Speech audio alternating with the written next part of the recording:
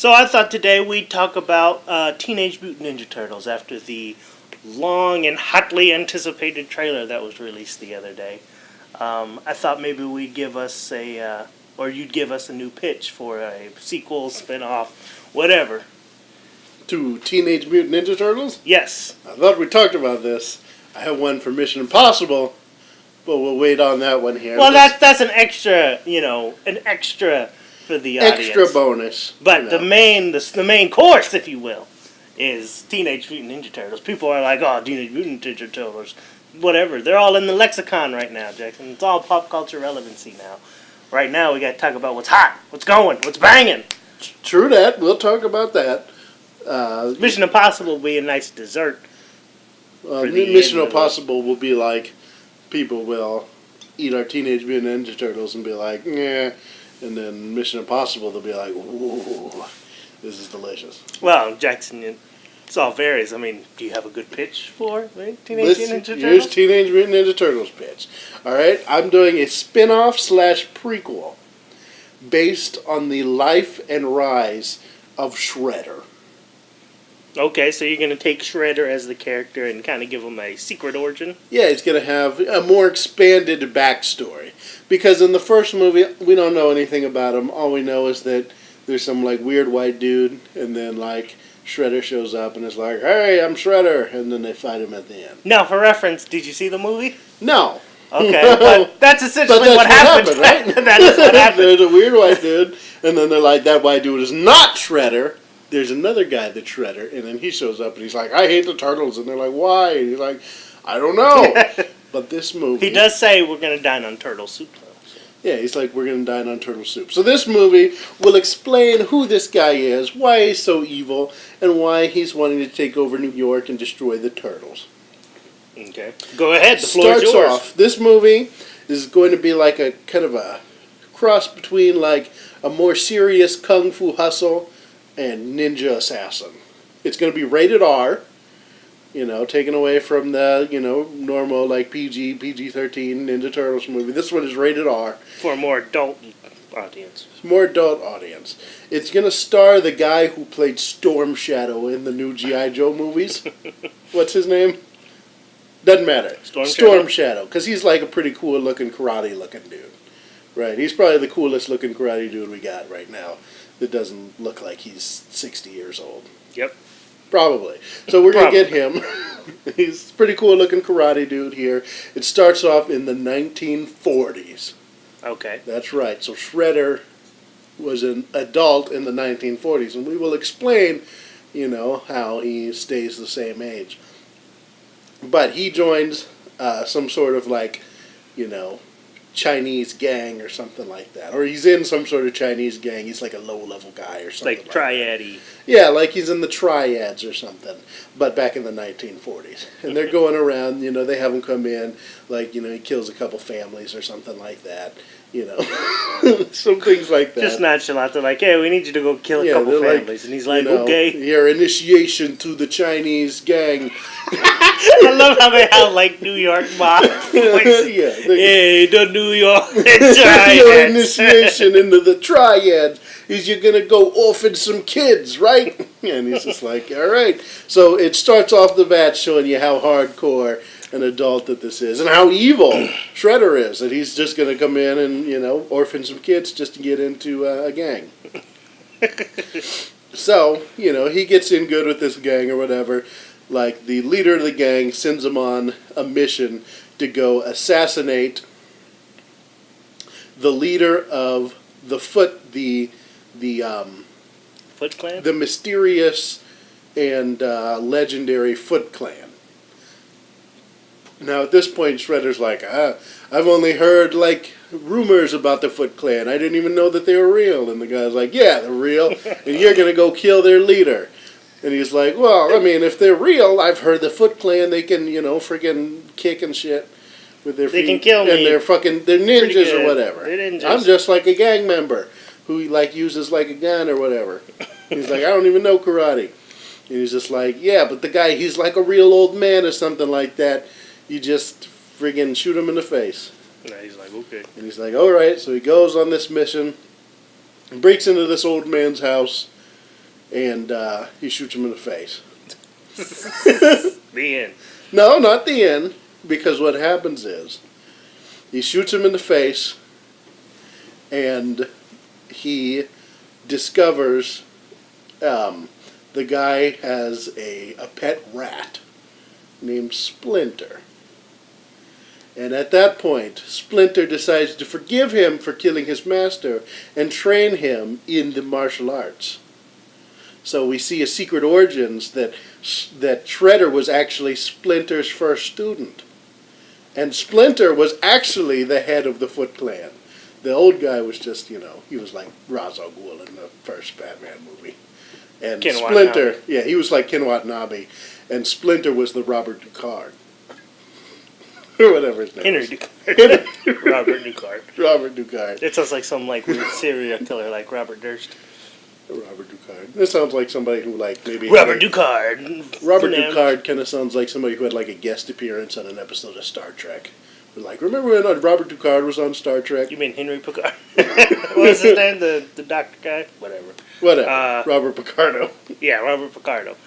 But anyways, so you can kind of see where this is going, where eventually Shredder proves to be too violent and evil for Splinter to train. That's why they call him Shredder. That's why they call him Shredder, because he'd go in, he would just take his samurai swords and just shred somebody up, into just little pieces and stuff like that, and they'd be like, man, that guy, he sure is a shredder, or whatever, and that's how he became known as Shredder. So yeah, eventually, we go through the adventure. They have a breakup or whatever, where Shredder, it's like, I don't need you anymore, master, and he takes Splinter and just throws him out in the ocean or whatever. He just takes Shredder, he throws him out in the ocean. Shredder's gone for the rest of the movie, but now Splinter, not Splinter. Sorry, wait, I'm getting confused. So Shredder threw Splinter into the ocean. Shredder threw Splinter out into the ocean. Okay, so I was about to say, why would you throw Shredder out of his own Play movie? with Splinters, no. Shredder throws Splinter out in the ocean. Splinter's never to be seen of again until the Teenage Mutant Ninja Turtles movie. So yeah, it cuts to, Shredder. He's solidifying his empire now as the head of the Chinese Foot Clan. He's going around, he destroys his whole old gang, kills his boss or whatever, and they're like, oh, I never thought that this would happen when I sent you to kill that old man all those years ago. And Shredder would just be like, I'm going to shred you. And just cuts him up with his samurai sword. So then, a bunch of violent stuff happens, and then perhaps, I'm trying to think of, what a good bad guy would be for this movie. I would say that perhaps Shredder just tears through China. He just kills so many people that he awakens some ancient evil spirit that's just you've killed so many people, Shredder. Not this many people haven't died in China since Genghis Khan, and he's just yeah, awesome. And they're like, no, that's not awesome. So then Shredder has to fight this spirit, which is hard because Shredder can't shred a spirit. Yes. So, I'm not going to give away the whole movie. But, Well, you do. Well, he figures out a way to defeat this guy. And then, this probably takes place, this part of the movie is about somewhere in the 60s, 70s. Or so, where he fights the ghost spirit or whatever, and then at the end of the movie, he looks upon his kingdom and he's just like, I, Shredder, am truly the greatest warrior in all of history, and I will never be defeated. And then it fast forwards 40 years, and then he's being defeated at the hands of the Ninja Turtles, and he's just like, I was the master of all I surveyed in China, and now I'm being beaten by turtles, Teenage Turtles, Teenage Mutant Ninja Turtles. And that would be the origin of Shredder. Shredder would be played by the dude that did Storm Shadow. Friggin' the evil spirit at the end would be played by, It's still Teenage Mutant Ninja Turtles, so you might want to throw Sulu in there or something like that. He'd probably be pretty good. He was pretty good in friggin' Heroes as like a disappointed dad, so he could do it. I was like, I'm disappointed, hero. Yeah, because he came in and he was all scary and stuff like, my son shall not be all weird and stuff. Gay. Yeah, gay. Where he himself. So, Ooh. so yeah, I'd have him play that guy. I might throw in. I don't know. I don't know who else I'd throw in there. Yeah, just a bunch of, Asian American actors. It'd be a good movie for Asian American actors to get into. Yeah, there'd be all kinds of Asian American actors in there. Or regular Asians, Japanese, Chinese, Koreans. Nah, Jim it Lee. takes place in China mostly, so. Well, I mean, Chinese people. Nobody knows Jason. That's racist. Okay, well, who would you get to direct it? Who would I get to direct it? The dude that directed The Raid. Because I want it to be, like, just very visceral. Like, you'll just see every cut when he shreds somebody with his shredders. It's gonna be like really badass. Like I'm thinking like I said, like The Raid or something like that. So I'm getting the dude that directed The Raid. He can do some awesome karate. We throw some katana bleeds in there, some throwing stars, all that stuff.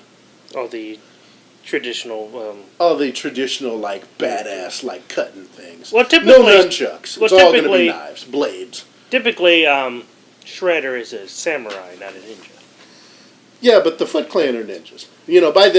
By part way through the movie, when he gets rid of Splinter, he goes in there and maybe there's a cool scene where they present like some sort of samurai outfit to him with all the shredders on it and stuff. The shredders. Okay. And maybe there's even a scene where he's like, I'm going to throw you in the shredder, and then he throws him into some like big grinder machine. And then, we see all the blood and stuff like that. Rumble in the Bronx. Yeah, like Rumble in the Bronx. Mm-hmm. So yeah, so this movie I think it's going to be pretty badass if you're a Teenage Mutant Ninja Turtle fan. Probably not. I think that my movie it's going to make Teenage Mutant Ninja Turtles better because you're like, oh shit, this dude that just showed up at the end was this badass violent dude. That weird white dude's lucky he didn't throw him in the shredder. He's like, I'm going to throw you in the shredder. And it's just like a bunch of knives. Yeah, it's just like a big grinding machine.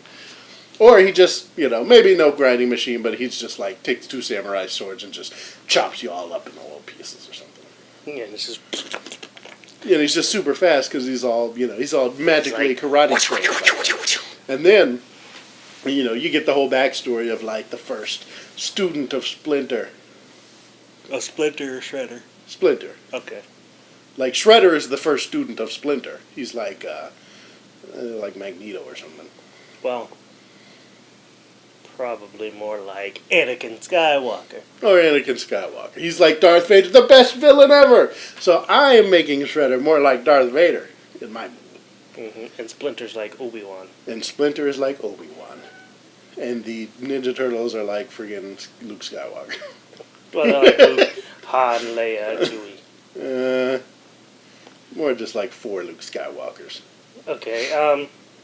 Alright, so that sounds interesting. Like I said, we did it timely, so it's relevant. It's relevant. Probably do it when the new one comes out. Yeah, when the new one comes out, there you go. I don't know if there's a lot of sequel potential to this one here. Well, yeah, it's a prequel. It's a prequel, so it's not like you could keep doing sequels or whatever. Okay, well, I know you've been dying to tell me your Mission Impossible story, and I figured we could kind of connect it to the fact that What's-Her-Face from Mission Impossible 5 is returning. Rebecca Ferguson. Ilsa Faust. Yep, Ilsa Faust, and the director is returning too. Yes, as well. Which is the first time that they ever have brought a director back onto the Mission Impossible. Yep, usually it's all been a new director. This is the first time it's going to be the same old bringing it back. Yeah. Wonder if this is going to work out for him. But anyways, so. But go ahead. My Mission Impossible movie, here's the title. Mission Impossible Warplan Red. Warplan Red. Warplan Red. It's like I told you the other day, that sounds like a worse version of like Ghost Protocol or Rogue Nation. Wow, I mean, what you got something better? Mm-hmm. No. I got Cypher X. That doesn't really fit within the context. That's the top of my head, Jackson. Cypher X. No, that sounds like friggin' some 90s movie. Jet Jackson. Jet Jackson. Cypher All right, but X. go ahead. Pitch it. Okay. So which great franchises all have in common? Their franchises. That is one thing, but another thing they all have in common is eventually they put Jet Li in the movie. Think about it. Lethal Weapon, What? The Mummy, and now Mission Impossible, is this 5 or 6? 6. 6. Mission Impossible 6. It begins. It's a fancy dinner party. You've got Alec Baldwin from the last one. Freaking Hawkeye is there. Ving Rhames and Scotty from the new Star Trek movies. Simon Pegg and like the girl or something. Ilsa Faust. They're all at some fancy dinner party. Maybe they make some joke of like, oh, it's like Ethan Hunt here, and they're like, oh, Ethan Hunt doesn't like to go to fancy dinner parties unless it's part of a mission and he's wearing a mask or something like that. And so is it like a company work? It's like a work thing. A company it cuts to Alec Baldwin, and he's up there, and he's like, everybody want to say that, we've been wrong about the IMF all these years. We're always, on their backs and stuff and making them go rogue, but this dinner is to celebrate how great the IMF is and how every time they go rogue, it's always for a good reason. And, I want to say that I'm sorry for yelling at all you guys in the last movie and stuff like that. And he's giving a toast or whatever, and maybe it cuts to where Tom Cruise is, and he's doing some extreme cool stuff while they're at this dinner party. Like he's in some room, and he's like, room, set the room to 3 times Earth's gravity, and then he's does some boxing or something while he's in there. Some tech training room or something like that. It looks all badass and stuff. Maybe there's little floating robots that are shooting lasers at him and stuff, and he's ducking and dodging them and throwing discuses at them, and destroying them and stuff like that. He's just in there just training, being all badass and stuff like Ethan Hunt generally. Ethan Hunt, yeah, because he's got to be ready for his next mission. He's got to be ready for his next mission. He's like, I don't want to be at some dinner party unless I'm wearing a mask. So it cuts back to the dinner party there. They're, all having fun. Alec Baldwin is toasting. Jet Li comes rappelling down from the roof. He lands next to Alec Baldwin. He roundhouse kicks Alec Baldwin's head and snaps his neck. And then, it begins. The title comes up or whatever. Maybe the title doesn't come up yet. He kicks him in the head, he kills Alec Baldwin, and then maybe comes in, he kicks all the other members of the IMF, everybody else in the dinner party, and then leaves or whatever. Just kicks them all in the head and then walks out the front door. Well, he comes out, he kicks Alec Baldwin in the head, and then he escapes. Maybe Hawkeye comes in, and is like, hey, you're not getting away with this, and then he punches Hawkeye, and then shoots a grappling gun and shoots back up in the air or whatever. So he's killed Alec Baldwin at the beginning of the movie. Alec Baldwin is dead. Cuts back to, we're back with Ethan Hunt. He's come out of his training room or whatever. You have some other government-y looking guy. John Slattery comes in, and he's like, Ethan Hunt, I regret to inform you, but Alec Baldwin has been killed at the IMF dinner party today. And he's like, oh shit, I should have been there or whatever. Oh shit. He's like, oh shit, I should have been there or whatever. And he's like, here, these sunglasses have the entire briefing of the entire thing, and he puts them on, and he's like, oh, jeez. Oh, jeez. Oh, jeez. He throws them, they explode or whatever, and they have the mission on it. He's like, these sunglasses have the mission that we're going to find Alec Baldwin's killer and bring him to justice. So then he takes the sunglasses off, he throws them at the screen, explodes, titles, Mission Impossible 6, Warplan Red. And then Tom Cruise starts getting dressed or whatever, and it's like, all right, so now we got to go find this son of a bitch who killed Alec Baldwin. And he starts getting his team together, and John Slattery is like, wait. We can't just let you guys go out there alone on this, because Jet Li is a rogue member of the Chinese IMF. And they're like, the Chinese IMF? And they're like, yeah, you don't think You think America is the only country with their own IMF? China has their own IMF. Jet Li is a rogue member of their IMF. So we've brought in a member of the Chinese IMF to come help you bring Jet Li to justice. And that member is Jackie Chan. So Jackie Chan comes in. He's now like the boss or whatever. He's Jackie telling Tom Chan's Cruise the head of IMF? kind of on this mission. So he's kind of acting as the boss or whatever. Oh yeah, so he's like, this is the Chinese, mission. Yeah, he's kind of like the Chinese Alec Baldwin or whatever. But he also used to be an agent, so he's kind of like Tom Cruise, Alec Baldwin mixed, but as Jackie Chan. Okay. So, you have some scenes where they're going out on missions, they're doing spying, all the standard Mission Impossible stuff. They're wearing they're masks. climbing up a wall, falling off a building. Yeah, but it's Tom Cruise and Jackie Chan. You get to use some of Jackie Chan's cool stunt work. Also, Tom Cruise does some cool weird things that he does, where he jumps off a building and stuff. Yeah, he'll jump off a building, jump off a plane. So you'll have some really great action sequences because those guys both like to do crazy own stunts and stuff like that. Oops. It's a wonder they haven't worked together either already. Jackie Chan also will get to use his comedic chops and stuff, maybe have some scenes with him and Simon Pegg or something where there's some comedy going on, because Jackie Chan's got some great comedy chops. Yep. I mean, well, he riffs good with another actor he can riff good with. Mm-hmm. Okay, so we get to, sort of the I suppose the end of the second act of the movie. They've cornered Jet Li down to this warehouse where they're like, Jet Li's in this warehouse. Tom Cruise, you need to go in there and get him. Jackie Chan's Jet Li was one of the best members of the Chinese IMF that we've ever had. He's a great manipulator. Don't even let him speak. Just shoot on sight or whatever. We'll be in this van here. Me, Simon Pegg, and Ving Rhames. We'll be in the van, checking everything out, making sure everything's fine. If you need backup, we'll be here. So, Tom Cruise goes into the warehouse, has a cool fight with Jet Li. Eventually, Jet Li, it's not a cool karate fight.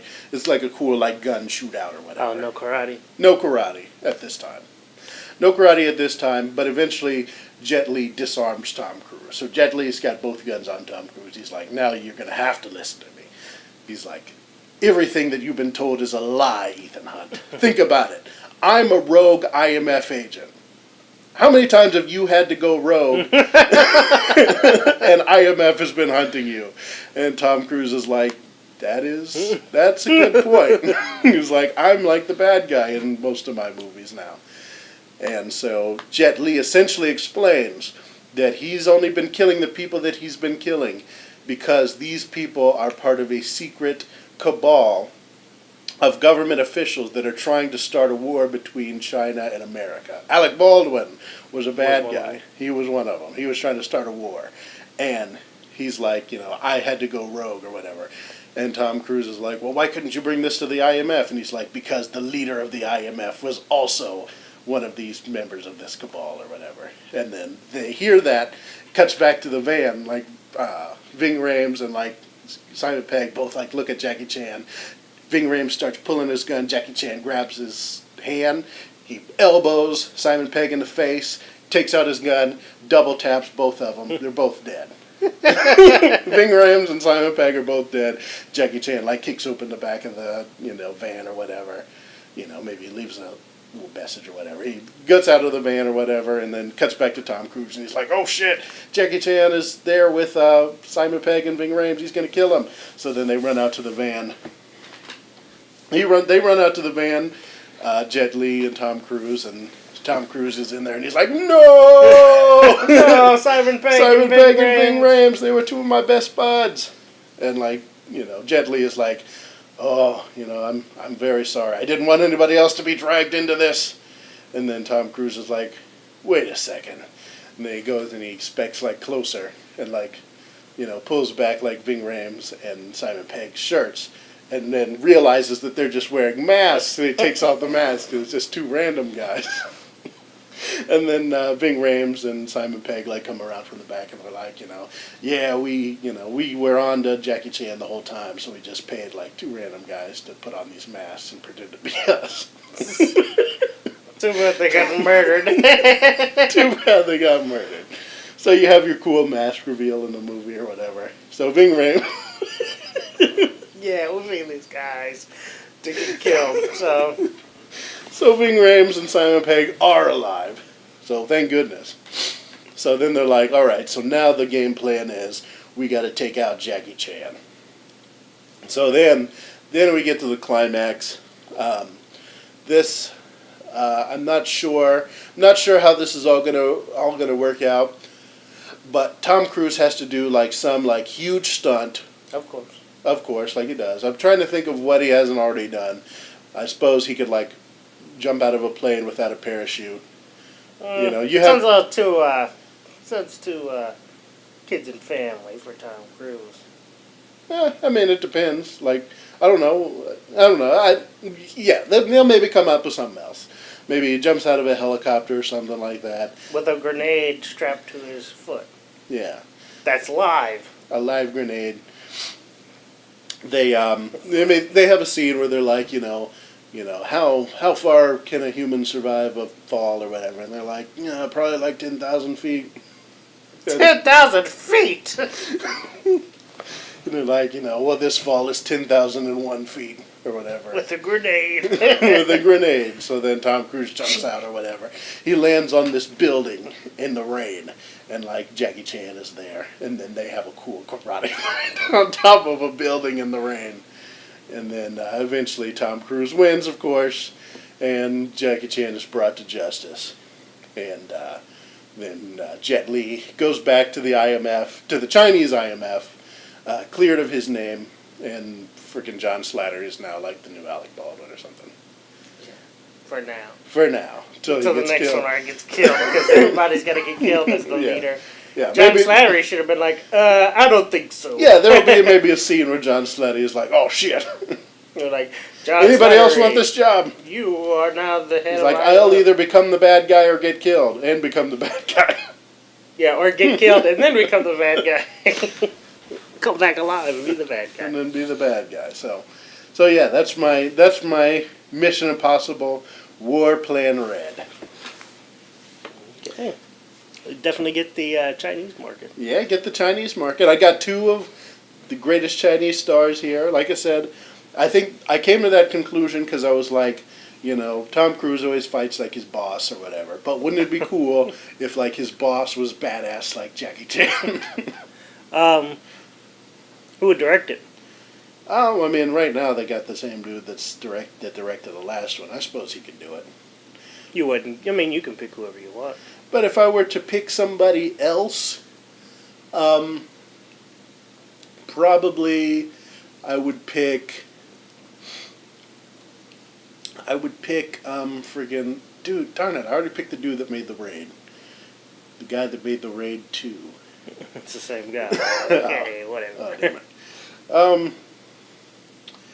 Yeah, I mean, it's I'll okay. You can pick the other guy if you can't come up with one. You dumb bitch. Sorry, I didn't think about it because I thought it already was done. Cool. Yeah, that was a pretty good one there.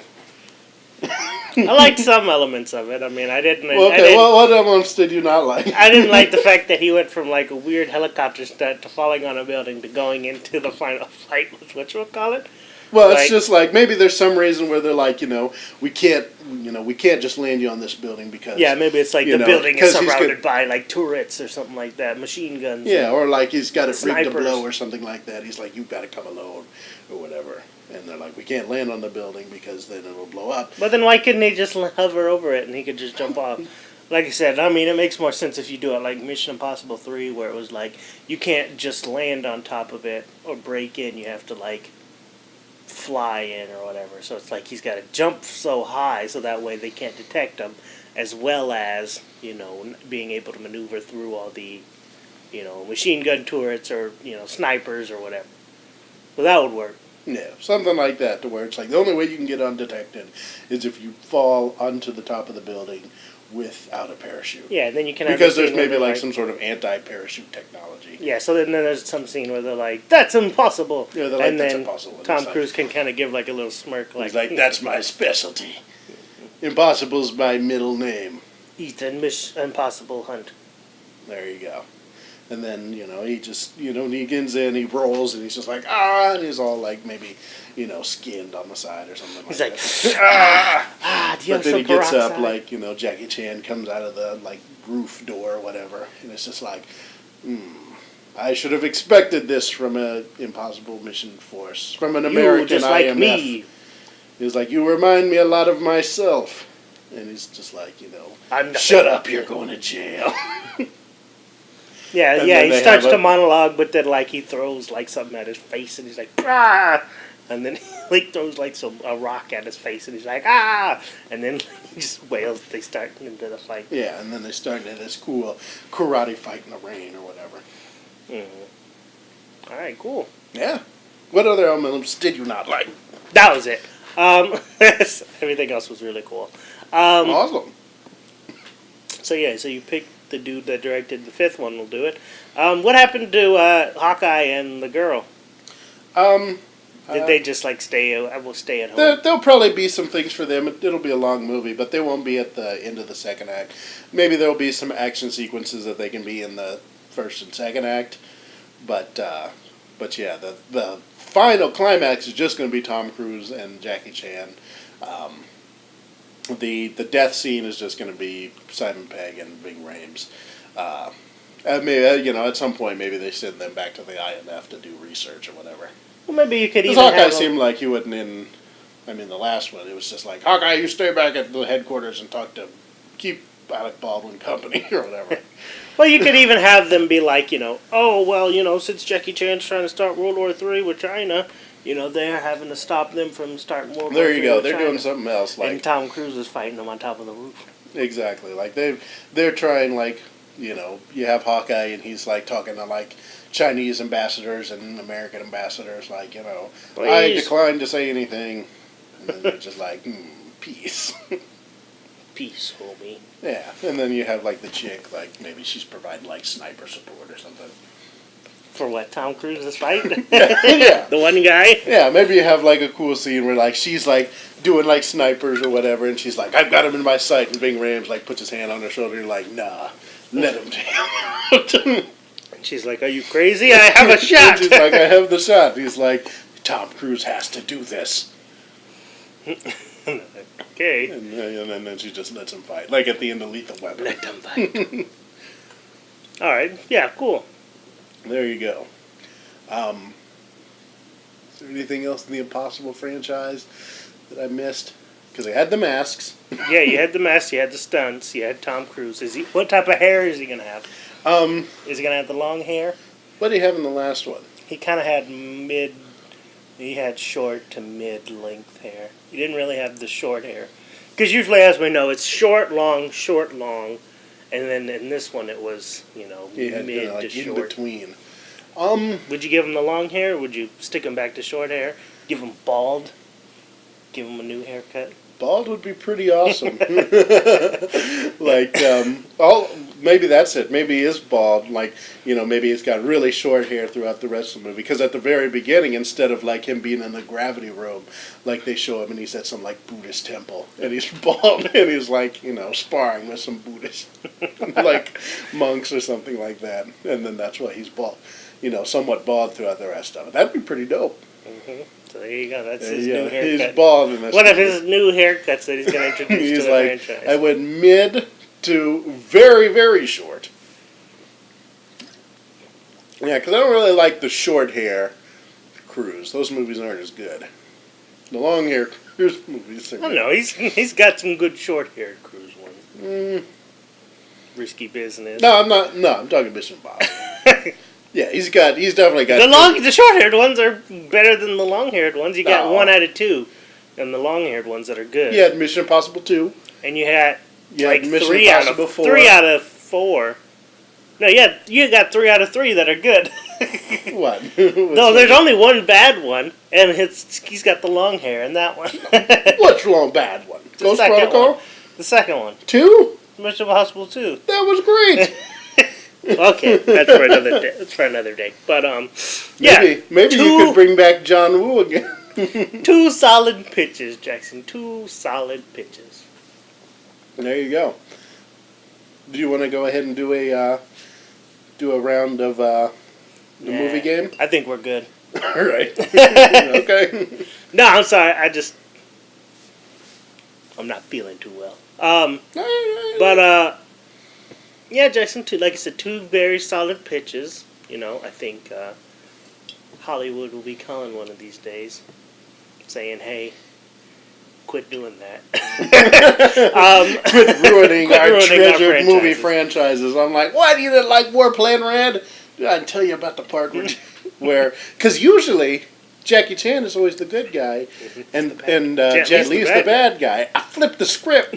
The script was there, and then I flipped it. Well, originally you thought it was going to be that way because you thought Jet Li was the bad guy. Yeah. But then you flipped it. But then you made it make sense. Because it's like, I'm a rogue guy. Whatchamacallit didn't go rogue, though. Who? He doesn't go rogue in this one. Who does? Ethan. Ethan Hunt. Yeah, I did.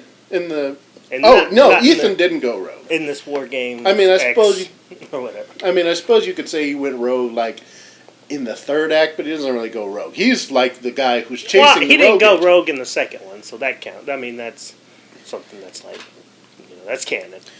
Okay. But again, like I said, it's considered the worst. So in this one. But that's all we got here for you today's. Yeah. Let us know what you thought about these movies in the comments below. And like and subscribe and watch our videos. Yep. And for Movie Morons, I've been Jackson. Wait, I've been Holden. I've been Holden. And I've been Jackson. And we're a couple of morons.